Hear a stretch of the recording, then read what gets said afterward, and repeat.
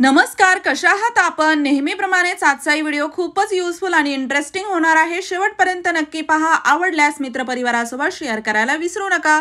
इथे आपली सर्वात महत्त्वाची पहिली टिप आहे। आपल्या घरामध्ये बऱ्याच वेळा अशा प्रकारच्या बॉटल येतात पाण्याच्या आणि यावर एक झाकण दिलेलं असतं जे की दिसायलाही चांगलं आहे, सोबतच मजबूतही आहे। पण आपण ही बॉटल जेव्हा उघडतो तर हे झाकण कचऱ्यामध्ये फेकून देतो। पण याला फेकून न देता याचा खूप छान रियूज आपण घरामध्ये करू शकतो। भरपूर ठिकाणी याचे उपयोग आहेत। एक उपयोग मी तुम्हाला इथे दाखवते। तर पाहू शकता मी याला असं काढलेलं आहे। अगदी याला थोडंसं उंच तुम्हाला काढायचं असेल तर व्यवस्थित काढा, वरचा भाग व्यवस्थित पूर्णपणे निघतो। त्यानंतर पहा आपल्या घरामध्ये असणाऱ्या लाकडी वस्तू जसं टेबल म्हणा किंवा बेड, त्याचे जे पाय लाकडी असतात त्याला फरशी पुसताना म्हणा किंवा पाणी सांडलं की ओलावा येतो आणि हे लाकडी पाय खराब होतात। इथे वेगवेगळ्या प्रकारचे स्टँड येतात याला ठेवण्यासाठी, पण ते महाग असतात, सर्वांना ते परवडत नाहीत। पण या बॉटलचे जे झाकण आहे ते आपण खूप छान बेड खाली असं ठेवू शकतो, त्याच्या पायाखाली, जेणेकरून दिसायलाही छान दिसेल आणि पाण्यापासून हे थोडंसं असं दूर राहील। आणि पाहू शकता किती व्यवस्थित हे बसलेलं आहे, जसं काही मोजमाप घेऊनच बनवलेलं आहे। टेबल किंवा बेडचे असेच पाय असतात त्याची डिझाइन, तर नक्कीच हे झाकण तुमच्याही बेडला किंवा टेबलला व्यवस्थित असं बसेल। अशा प्रकारे आपण टाकाऊपासून टिकाऊ वस्तू तयार केलेली आहे। ट्रिक आवडली असेल तर मित्रपरिवारासोबत शेअर करा। यानंतरची आपली टिप आहे मिरच्यासाठी। घरामध्ये आपण हिरव्या मिरच्या नक्कीच ठेवतो आणि बऱ्याच वेळाचा ठेचा बनवतो किंवा जसं आता भाजीला किंवा पोह्याला लागतील म्हणून ठेवतात। पण काय होतं, एक चूक आपण करतो जेणेकरून आपल्या ज्या मिरच्या आहेत त्या लवकरच खराब होतात। तुम्ही इथे पाहू शकता याचे जे देठ आहेत, मी देठासहित याला असंच डब्यात ठेवलं होतं आणि जास्त नाही, 2 ते 3 दिवस फक्त झालेले आहेत आणि यामध्ये अशी बुरशी यायला सुरुवात झालेली आहे। फंगल्स बुरशी यायला सुरुवात झाली म्हणजेच आता एकच दिवसामध्ये या ज्या मिरच्या आहेत त्याला पाणी सुटल्यासारखं होतं आणि पूर्णपणे या नासायला लागतात। आणि पाहू शकता खालचा भाग जशाचा तसा आहे, फक्त याचे देठ असे बुरशी यायला सुरुवात झालेली आहे। तर इथे मी मुद्दाम याला असंच डब्यामध्ये ठेवलं होतं जेणेकरून मी तुम्हाला दाखवू शकेल की इथे कशी या देठांनाच बुरशी येते, खालच्या भागाला अजिबात काही होत नाही, खराब होत नाहीत। तर मिरच्या व्यवस्थित स्टोअर करून ठेवण्याची जी पद्धत आहे ती अशी आहे की तुम्हाला जर मिरच्या जसं 1-2 महिने देखील व्यवस्थित ठेवायच्या असतील, खराब होऊ द्यायच्या नसतील, तर याची देठ काढून ठेवा जेणेकरून तुमच्या हिरव्या मिरच्या अजिबात खराब होत नाहीत। फक्त अशी देठ आणि डब्यामध्ये किंवा पॉलिथिन मध्ये भरून ठेवा। पेपर बॅग असेल तर अजूनच छान, पेपर बॅग मध्ये तर खूप दिवस या फ्रेश राहतात। तर ही आहे व्यवस्थित भरपूर दिवसासाठी स्टोअर करून ठेवण्याची पद्धत मिरच्यांची। नक्की ट्राय करा। पाहू शकता याला मी असं देठ काढून पूर्णपणे ठेवणार आहे। यानंतरची आपली टिप आहे, आता आपण बऱ्याच वेळा नाश्त्यासाठी काही ढोकळा बनवतो किंवा काही इडली बनवतो, रवा इडली, तर त्यासाठी तुम्ही जर सोडा वापरत असाल तर आजच खायचा सोडा वापरणं बंद करा। इथे तुम्ही पर्याय खायच्या सोड्याला इनो वापरू शकता, जेणेकरून काय होतं, खायचा सोडा पोटामध्ये गेला की पोट फुगतं, पोटाचा त्रास होतो, बरेच प्रॉब्लेम होतात। तर खायचा सोडा प्रमाणापेक्षा जास्त झाला की चवही त्या पदार्थाची बिघडते। तर त्याऐवजी तुम्ही इथे इनो वापरा।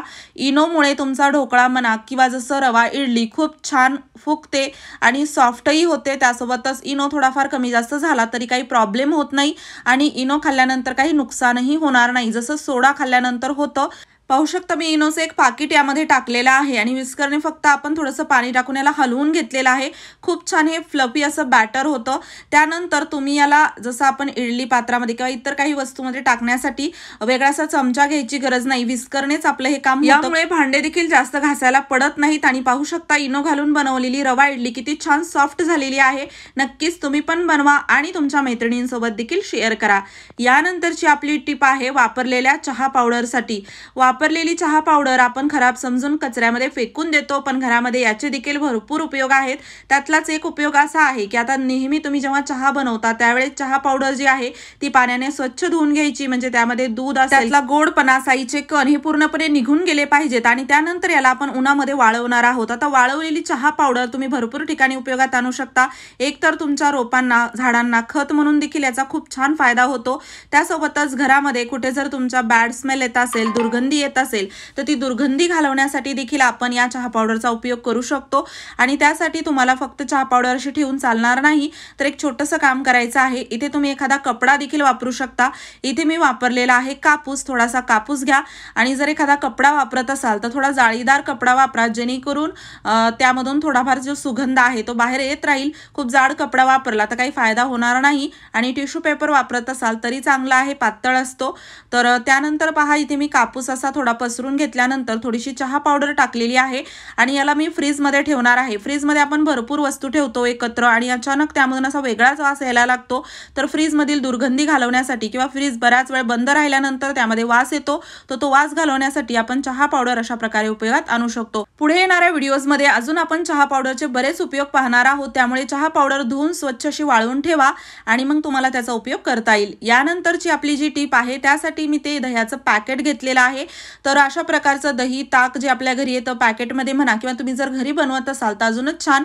तर ते जे उरलेलं दही ताक असतं तर या पाकिटात देखील थोडंफार असं शिल्लक राहतं, तर त्यामध्ये मी पाणी टाकलेलं आहे आणि तुमच्याकडे जर घरी बनवलेलं ताक दही असेल तर त्यामध्ये थोडंसं पाणी टाका आणि त्याला पातळ करा आणि हे जे ताक दही आहे थोडंसं आंबट झालं असेल बरेच दिवसाचं तेही चालेल, तर याला आपण आपल्या घरातील कढीपत्त्याचं जर तुमच्याकडे झाड असेल रोप असेल तर यामध्ये तुम्ही त्याला टाकू शकता।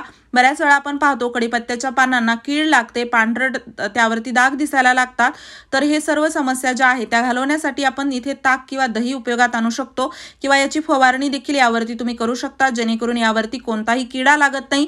किंवा तुमच्याकडे जर मनी प्लांट असेल तर त्यासाठी देखील तुम्ही दही ताक दूध टाकलं तर त्याची वाढ जी आहे ती खूप जास्त चांगली होते आणि हेल्दी प्लांट राहतात। यानंतरची आपली टीप आहे झाडूसाठी।